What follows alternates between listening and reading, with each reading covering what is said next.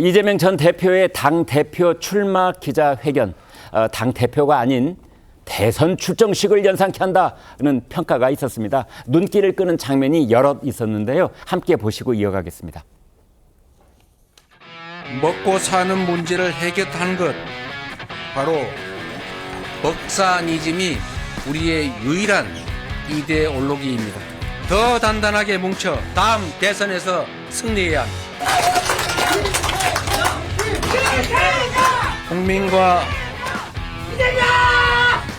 국민과 당원이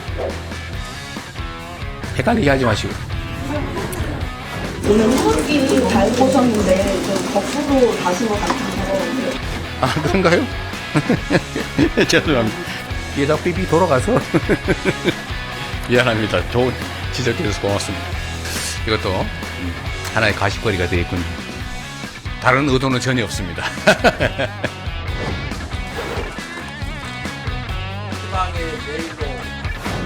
우리 최고위원 후보님도 거기 서 있는 거 심심하시면 이리 오시죠. 괜찮을 것 같은데? 그래서 사진을 같이 찍게요.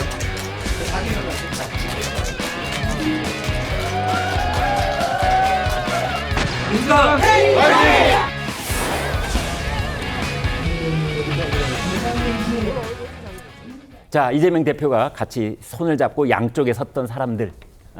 이 사람들은 뭐 당선 확인증이라도 받은 표정들인데요. 이재명 대표와 최고위원 후보들 모습을 보고 오셨습니다. 이재명 대표와 함께 연단에 올라왔던 후보들 5명이었는데요. 그 내용을 좀 살펴보겠습니다. 최지원 기자, 저분들은 특별하게 선택을 받은 느낌이에요.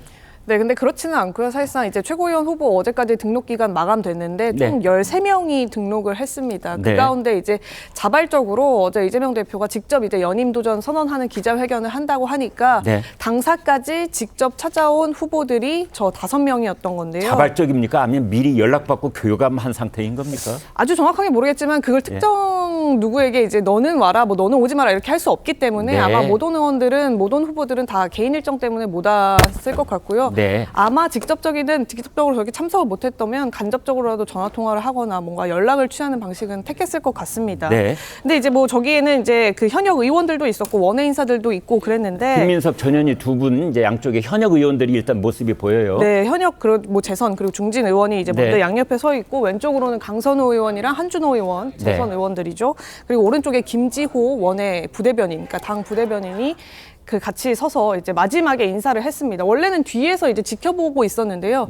방금 보신 것처럼 이재명 전 대표가 최고위원 후보들 일로 같이 와서 서시자 사진도 찍자 이러면서 그 본인의 출정식에 최고위원 후보들을 같이 대동해서 사진까지 찍어주는 액션을 취했습니다.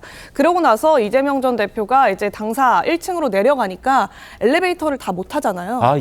엘리베이터가 작아서 한꺼번에 후보들이 같이 탈 수가 없으니까 일부 후보들은 계단을 타고 이제 빠르게 이동을 했는데 특히 강선우 의원 얘기가 나오더군요. 네, 일부 뛰어내려. 왜냐면 또 그 당사 1층에서 나올 때 카메라에 또 잡히거든요. 그러니까 뭐 엘리베이터를 따라잡아라. 네, 그 1층 현관에서 나서면서 이제 대표가 또 다시 악수를 하고 차량까지 탑승하는 모습이 이제 언론에 비춰지기 때문에 이제 그 타이밍을 맞추려고 엘리베이터 타지 못했던 일부 후보들은 계단으로 뛰어나가는 모습이 포착이 되기도 했습니다. 최고위원이 되는 길, 이재명 대표의 눈에 드는 길 결코 쉽지 않군요. 매우 험난하게 보이는 것이 지금 최고위원 후보들이 다 친명으로 꼽히고 있잖아요. 친 이재명계로 꼽히고 있기 때문에 그 강성당원들이 누굴 밀어줘야 되느냐 이걸 가지고 지금 신경전이 치열한 상황입니다. 그러니까 상위 5명을 1인 2표인데 2명을 누굴 셀렉해서 뽑아줘야 되냐가 일단 고민거리이고요.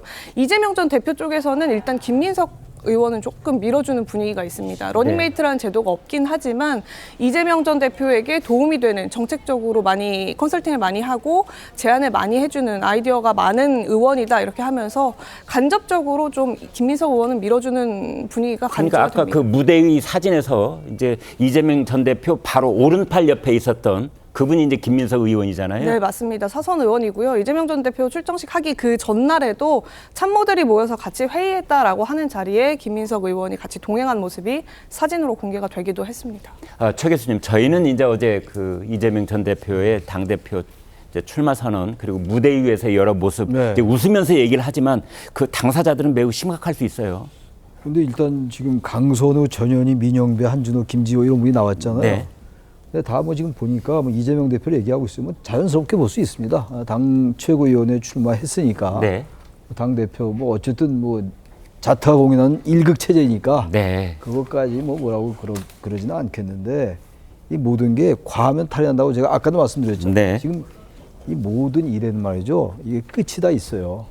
그럼 이 권력은 더욱더 그렇죠. 대통령 권력도 그렇고 한 시대를 아까 시대 얘기 많이 하던데 여기 최고위원 나온 분들이 근데 이게 이 유권자들이 볼 때 민망하지 않을까요? 전 보기 좀 민망하다는 느끼는 게 제일 그렇습니까? 민망하다고 느낀 게 네. 이재명 얘기한 거에 다 좋아요. 다들 얘기하니까 누구 지적할 수 없는데 전 전현희 의원이라고 저는 알고 있는데 네. 이재명 대표의 수석 변호인이 되겠다 이런 얘기를 했거든요. 네.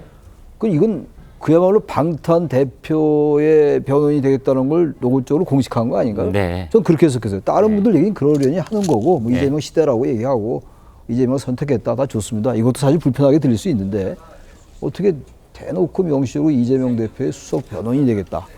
그 말이 되나? 최고위원이 왜 대표의 변호인이 됩니까? 네, 최 교수님 이제 어떤 당 대표급 또는 국가 최고 지도자급에 오른 분들한테 그 밑에서 충성 경쟁을 할 때는요. 글쎄 말이에요. 비유적으로 애둘러서 표현하면 안 된다고 그러더라고요. 직설적으로 얘기를 이게 해야지. 너무 그것도 말이죠. 이게 과하면 안 좋다니까요, 모든 게. 아, 그래서 과하면 안 좋다. 이거 직설적인 것도 적당히 직설적이래야 이건 과도하게 직설적이에요. 변호인이란 말은 빼야죠. 그래야 이재명 전 대표의 눈에 들어오는 거 아닐까요? 뭐 그렇게 전 뭐 모르겠습니다. 그렇게 우리가 추정할 수 있는 건데 네. 저 같으면 그렇게 얘기 안 하고 네. 제가 이재명 대표와 끝까지 정치적 동지로 남겠습니다. 아, 이렇게 예. 하면 그게 애들로 얘기하는 거 아닙니까? 그럼 다 그 뜻 아는 거 아니겠어요? 네. 아주 수석 변호인이다. 이건 아마 이재명 대표의 귀에 가장 그 인상적이었을 것 같아요. 수석 변호인. 끝까지 어쨌든 난 방탄으로 맡겠다. 당신을 뭐 이렇게 느껴지는데 이건 뭐 제 생각이에요. 제 생각인데 제가 왜 이런 말씀을 길게 드리냐면 제1야당 지금도 쭉 지금 방탄 얘기도 많이 하고 더 견해가 다른 거 아니겠어요? 네. 양쪽의 생각이 다른 분들이 있는 거고 저도 마찬가지입니다. 저도 개인 생각이 있고 그런 건데 아무튼 간에 아까 저 이승훈 전 변호사의 말도 일리가 있다고 보는 게 현 변호사십니다. 예. 제가 전이라고 그러는데 이승훈 변호사. 네. 제가 정확하게 현재 변호사라고 알고 있는데 네. 그래서 하도 전현이 많아가지고 그렇습니다. 윤석열 대통령 탄핵 이런 얘기 또 나오고 있잖아요. 네. 윤 대통령도 지금 국민들에게 지지를 잘 못 받고 있잖아요. 그리고 김건희 여사 소환 문제도 많이 얘기를 해요. 왜 소환 안 하느냐. 한번 네. 소환해서 그래도 조사해야 되는 거 아니야. 이런 여론이 많이 있어요. 그러면서 우리 이승훈 변호사의 전 의견에 동조한다고 말씀드리는 건데 그럼에도 불구하고 이재명 대표에게 주어진 여러 가지 혐의들 말이죠. 네. 이런 적이 없잖아요. 예. 어떻게 물론 과도하게 검찰이 씌운다고 설명한다 하더라도 대한민국 검찰이 그렇게 막 씌우는데 한계가 있는 거 아닐까요? 근데 이 부분을 도대체 그 최고위원이라는 분들이 그리고 출마한다는 분들이 그리고 당의 국회의원이라는 분들이 말이죠. 네. 어떻게 비판적인 목소리가 거의 안 나옵니까? 최근에 곽상원 의원이 이제 그 검사 탄핵에 대해서 기권했다고 해서 또 원내 부대표 사퇴하고 말이죠. 이건 민주정당의 모습이 아니에요. 제가 볼 때는 뭔가 그래도 같은 다양한 목소리가 나오고 이래야 되는데 최고위원 나온 분들도 거의 이재명 대표를 거론하고 있고 말이죠. 이러다 보니까 과연 이 야당이 그러니까 정당 지도가 안 나오는 거예요 지금. 네. 야당이 지금 지난번 총선에서 압승이 아니라 사실은 국민의힘의 그 참패 때문에 반사이익을 얻은 거긴 합니다만 왜 민주당이 정당 지도가 안 올라갑니까? 저는 이런 부분들을 정말 민주당 의원들께서 좀 성찰했으면 좋겠다는 말씀 좀 드립니다. 네.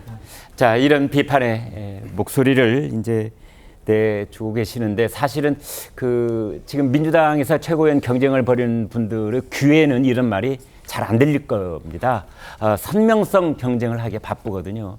최고위원 후보들 출사표에서도 두드러졌는데요. 최고위원 출마자들의 목소리를 직접 들어보시겠습니다. 이재명 대통령 시대 강선우가 열겠습니다. 이재명 대표의 연임은 당원의 명령입니다. 최고위원 후보들 모두 총선 경쟁을 하는 것이 아니라 함께 동행할 진정한 지도자로서 이재명 전 대표를 선택하는 것입니다. 윤석열 정권과 싸워 이긴 투사 전 현희가 이재명 곁을 지키는 수석 변호인으로 든든한 방패가 되겠습니다. 윤영배는 가장 먼저 이재명을 선택했고 지금까지 굳건하게 이재명 대표와 함께하고 있습니다.